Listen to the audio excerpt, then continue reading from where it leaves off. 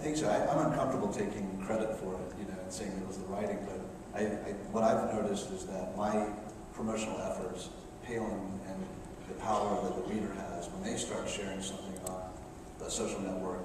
They trust their friends, they trust each other, and things can go wild. I was lucky enough that I had fans in positions to, like Boing Boing and Wired, and Gizmodo, the editor-in-chief of Gizmodo, became a huge fan. And the reviews that really went crazy were the ones on non-book sites, because they weren't competing with other book news. And readers are everywhere.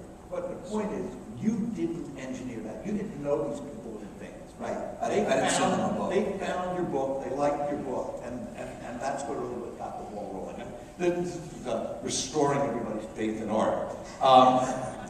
So Hugh, now I read my question. It says, when did it really start to register dramatic sales? I'm thinking $15,000 a month is pretty dramatic. 50. 50.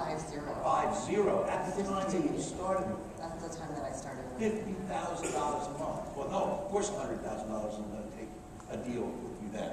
So when did that start to happen? It started pretty rapidly. By the time the series was finished, like all 5 of the books were in the top 10 on some bestseller list. And a lot of the things that worked for me were accidental. Like you look in hindsight, you realize releasing them serially and having a cluster of books on the list makes that repetition. You hear you have to have a certain number of impressions before a product is in your mind.